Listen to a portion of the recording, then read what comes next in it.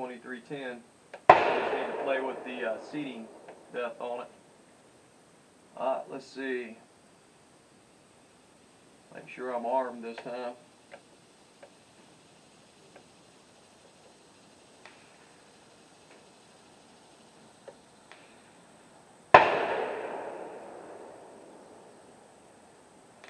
Got a Mirage on it.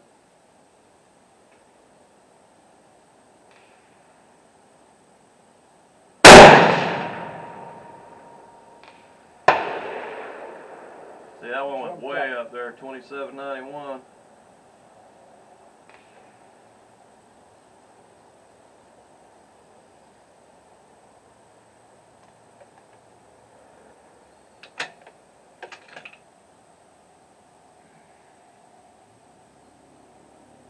Now, what was different about that one? Why should it jump up?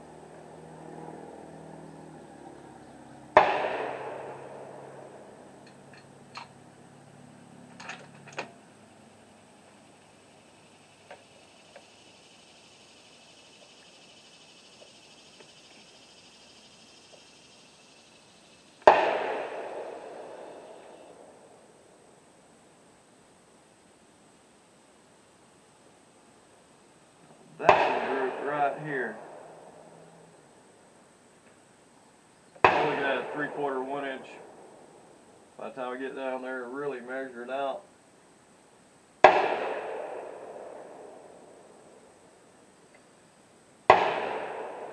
Okay.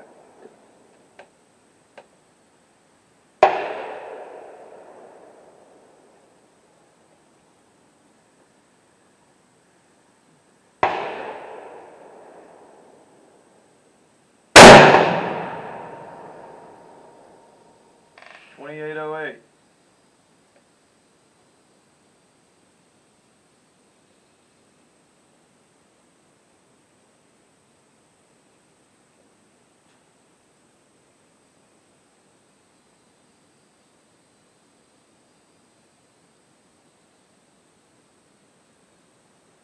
Best I can tell, that's somewhere hole in hole, one of these down here somewhere. Okay. That's a fairly tight group. Yeah. Other than the last two are a little hotter than the other ones, but they hit the same point of impact. Okay. Now at 100 it wouldn't make any difference, but at 600 or 1,000 you'd see a noticeable difference. Right. Why does it drop 20 feet per second, or rise 20 feet per second? Yeah, see, here we are, extreme spread of 34. 15.9. Average 2787.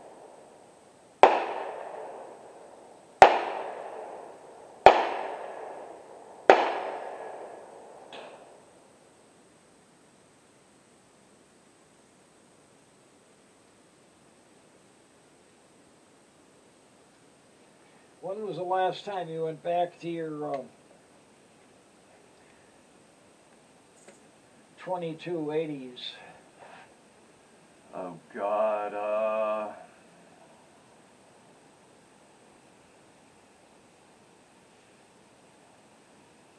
when we started doing the test on the large Lapua, that's when when we started doing the test here, that's when I put everything in. I'm about ready to challenge my seating by 10, 10, 10, and 10. Yeah. It seems like when we started, when I started testing these large rifle primers about 10 firings ago, that's when I went back and checked, found where my lands actually were. They're up there at something like 23, 30, 31, 32. And then we started the seating depth up there on them at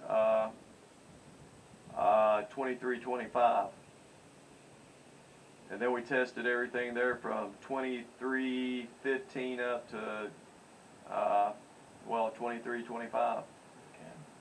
And then that's when we learned where one of our problems was with that is we can't really touch our lands, because at that only had .123 bullet in the case neck. I mean, it was less than a 1/4 inch of bullet actually in the case neck. And plus with the powder, running that powder up there at 47.6 and 47.8, I mean, you know, it's a highly compressed load. But I mean, on them large rifle primers at 3020, 3025, I mean, we get less than an inch group out of it.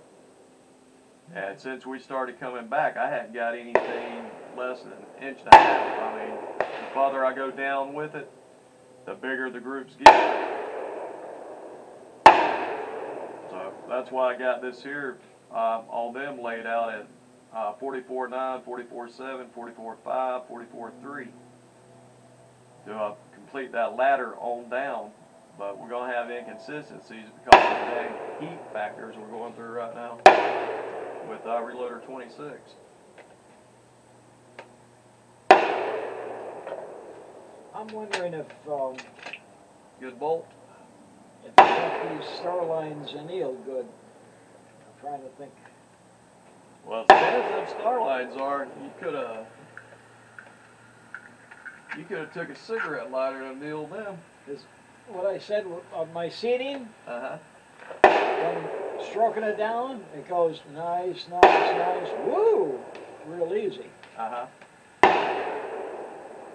I'd never had that before. I've always had something nice, nice, harder, harder. Yeah.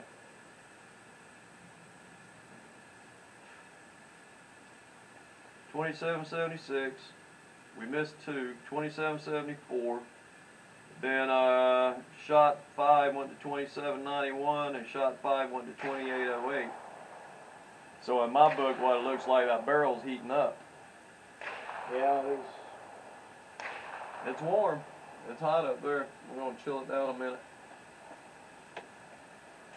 And I got 4 more shots and they're gonna be the Lapua with the Federal Mag match primers. oh, this is large primer now? Yeah, the next 4 shots will be. How much powder? We're gonna run. It's a ladder. It's 44.9, Oh, 44.7, 44.5, 44.3. I mean, I'm just doing that for the numbers. What's the highest? 44? 44.9. 9. And it dropped by 2? Yeah. Okay, 2. Yeah. 9, 7, 5, and 3.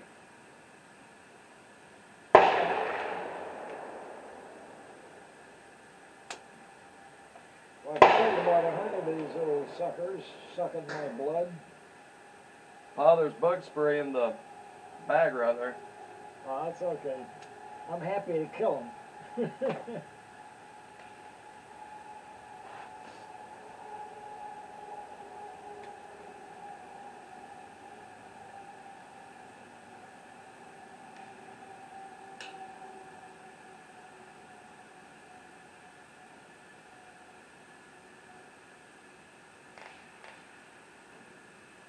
Oh, got a quick drink of water.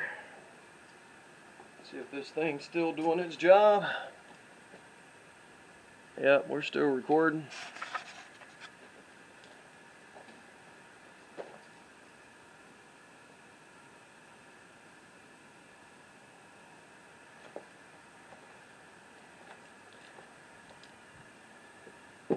Paul, we're going to have to invest in a better camera. Huh? So we're going to have to invest in a better camera. You're knocking my camera? Hey, it does great for, off, but when you're trying to get up What close, pay? 30, 40 bucks for it? 30, 40 Something like bucks. Hey, it's a great target camera. And actually, that video we put out there the other day, I mean, they're good, off from the distance that we are, but I'm having to find out I'm having to do the same thing in the reloading room, get it way back, which I don't want to be in the video anyway. But I don't want to hit the wide angle on on that was better than that. John and Bolt Action Reloading. I don't want to hit on them staying out of it. John actually come out the closet now. He's showing his face on camera. Beforehand, up until Eric Cortina caught him about a month or two ago. You couldn't ever see John's face on video or bolt action and reloading.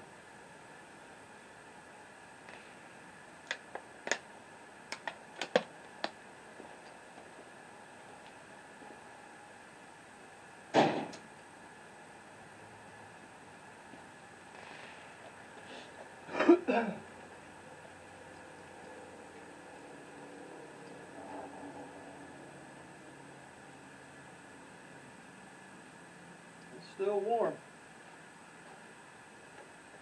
Oh. But after that first group, I wouldn't care. I wouldn't care if they're 12-inch groups. After that first one there, I'm happy. I think we know where I need to be sitting at. 13 and 9.2. I can live with that out of a factory. Nice group.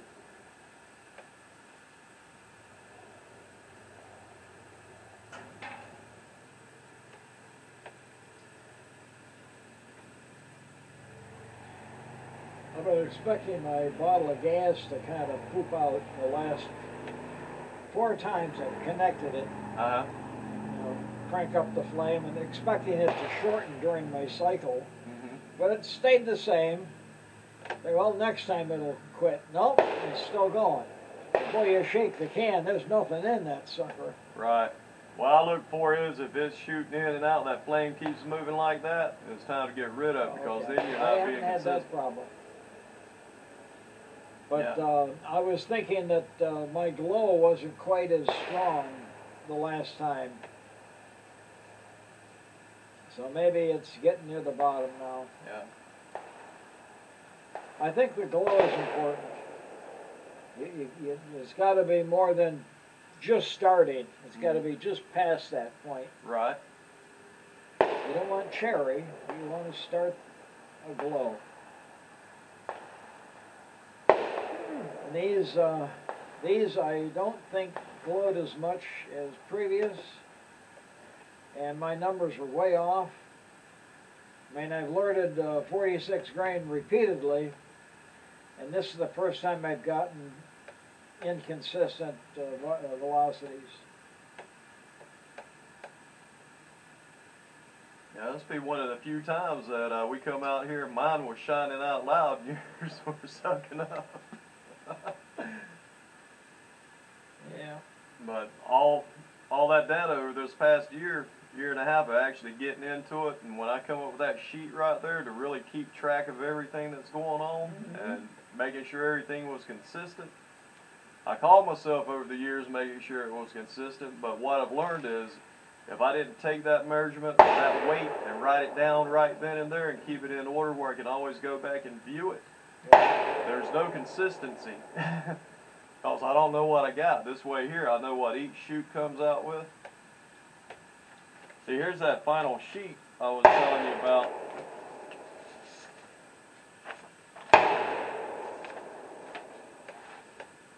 That'll tell you everything about every case. Even down to bullet run out. I got a spot in there for case neck run out, but all my cases come out less than 0.0005, less than a half a thou on run out on case necks. My problem with run out on bullet is them damn Sierra. They're match kings. I haven't checked my concentricity for a long time. I'm checking them on everything. It's been, you know, pretty good.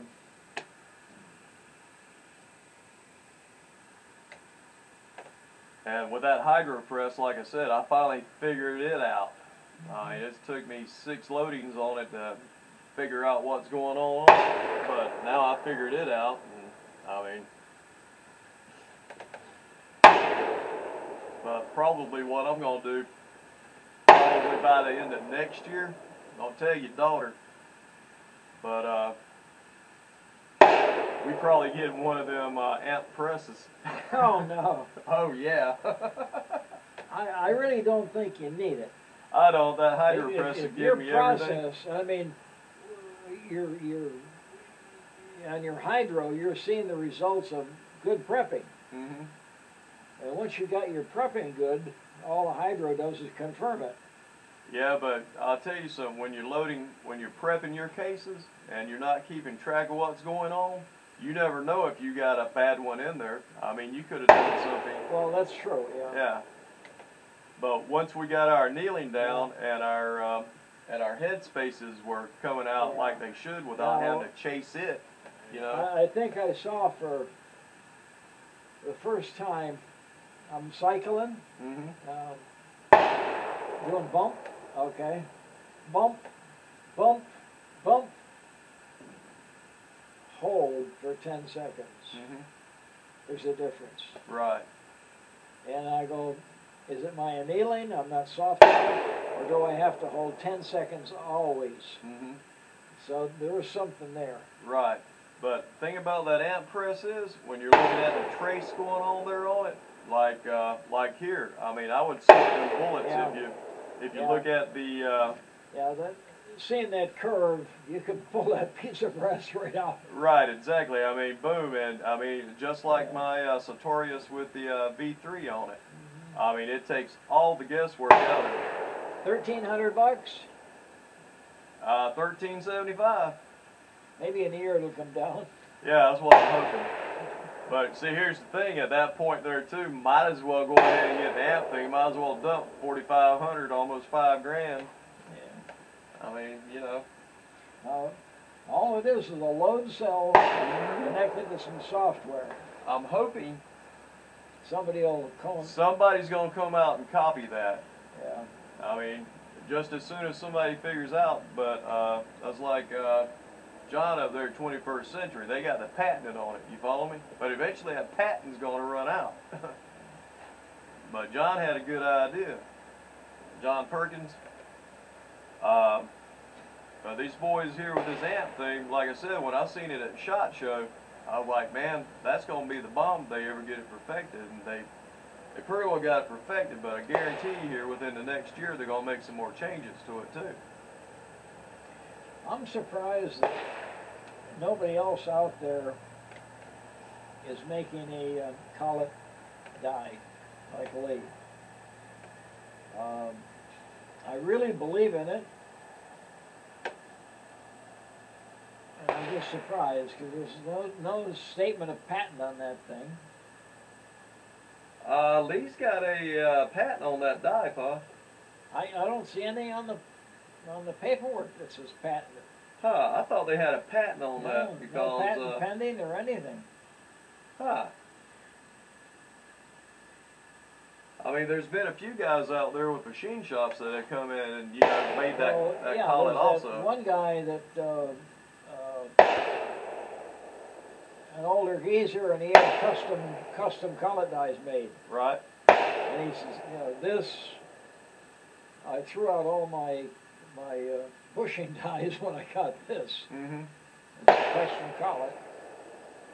And there's nothing wrong with Lee's other than their finish is a little. Yeah. And also too with that Sinclair micrometer chamber die I got, I tried something different, I mean, when I go through these bullets and I put it on the Necco and, spin them, checking the bearing surface, I mean, that's when I finally figured out what the problem is. It's in them Sierra bullets we're using. But then again, too, I mean, burgers are off the chain right now. And and it shows. My concentricity fell in line when I got the brass soft, and I made sure I was 2 thousandths or less. Right. When the bullet went in easy, my concentricity was perfect. Right. I mean, I'm using 21st Century standard mandrels too. I'm using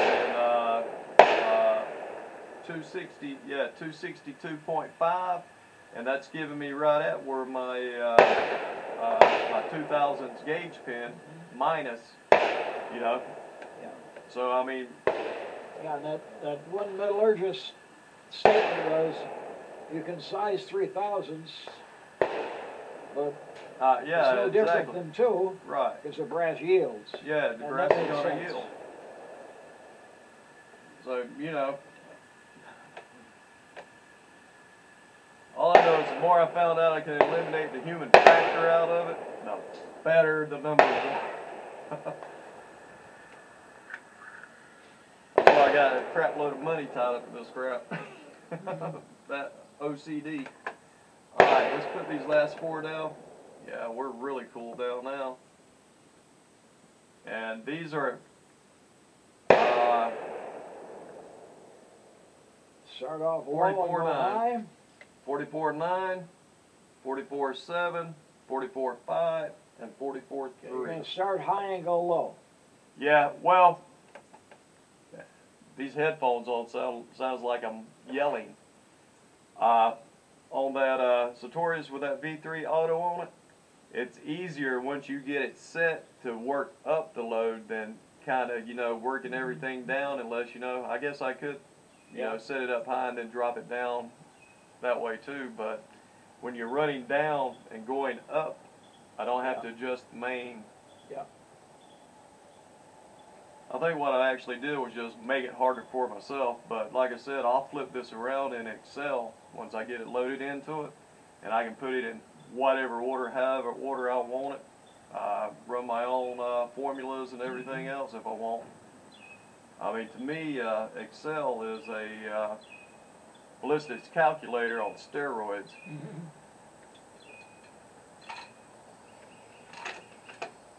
Good bolt. Alright, get everything up and going here. Red light.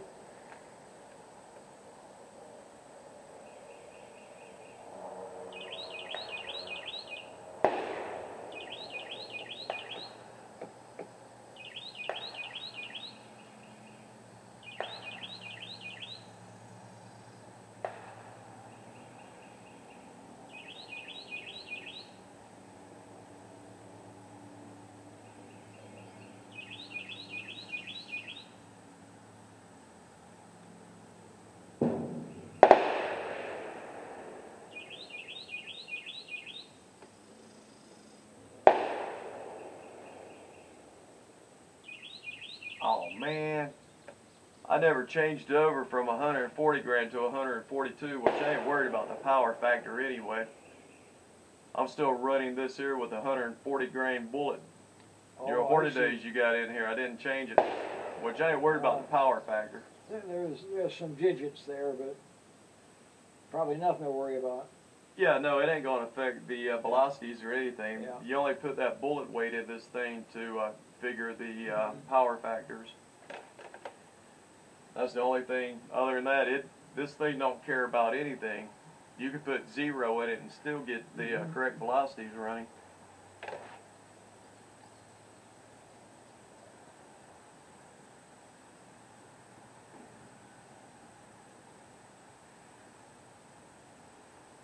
Okay.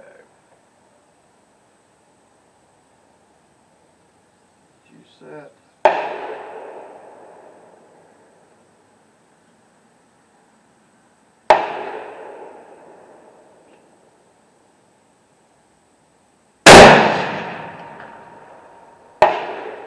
Holy shit. 2870s.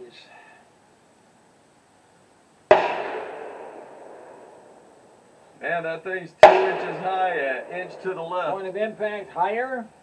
Yeah, these are large rifle primers. Right. How much higher? An inch? What did I just say? It looks like we're 2 inches high off center, to the left. 2 inches high and 2 inches left, or 1 inch left? 2 inches high, 1 inch to the left. Okay.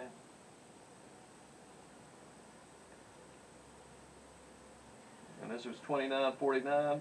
I don't know why I'm so excited about it. I'm not shooting a group. This is a ladder. Yeah.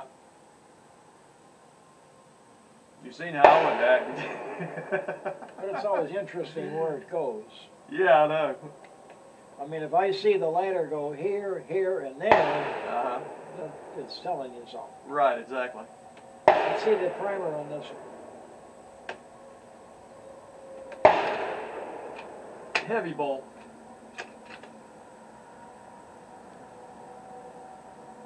Not quite a pancake, close to it.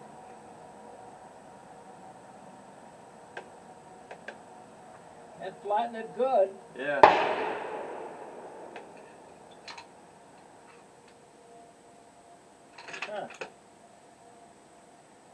You're 2872. getting a case separation.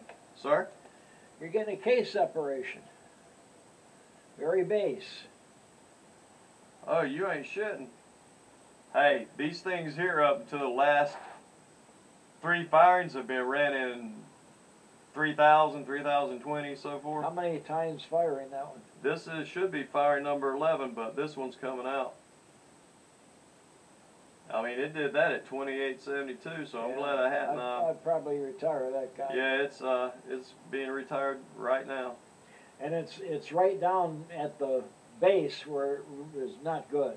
Right. A separation up in here usually means headspace problem. Right. That means pressure problem. Right. Well, man, these cases here, I'm surprised we're up to 10, but here's the thing about it.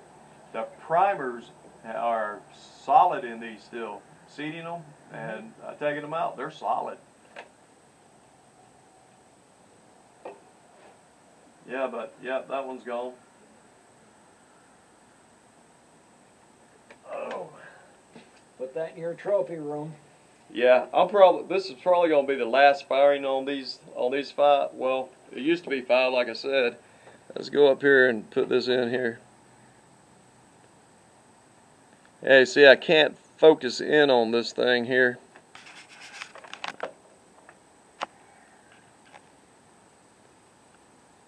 See, when you're trying to show something on camera about it,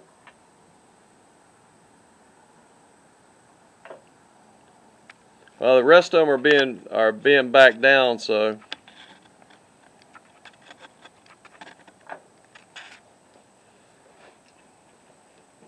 But see, that's what I was saying about camera-wise. You gotta get a little bit better camera because we can't do details with that camera. For what we're doing with it right now, I mean, you know. Yep, that'll go with number 1. Number 1 on firing number 4 where it hit 3,064.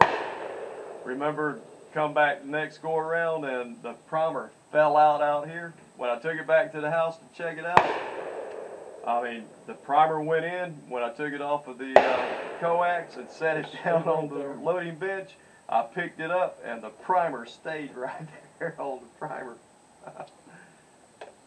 But I mean, I haven't found a reason yet to make me want to go convert over from small rifle primer to large rifle primer in these. I haven't found a reason yet.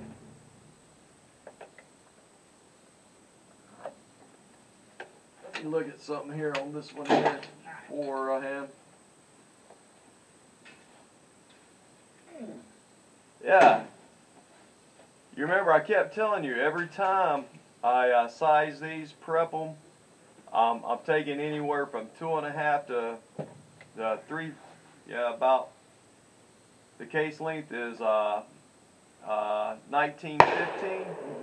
Every time I fire them on these 10 firings with these cases here,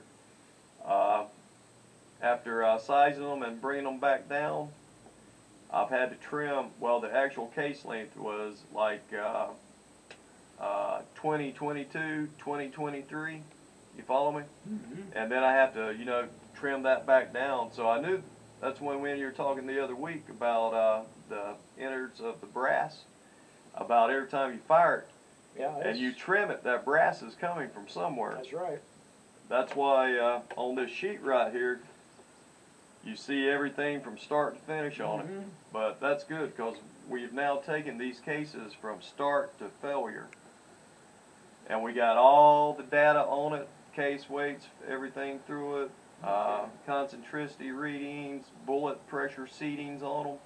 I mean, you'd think Lapua would pay me damn good money for that, wouldn't you? Yeah.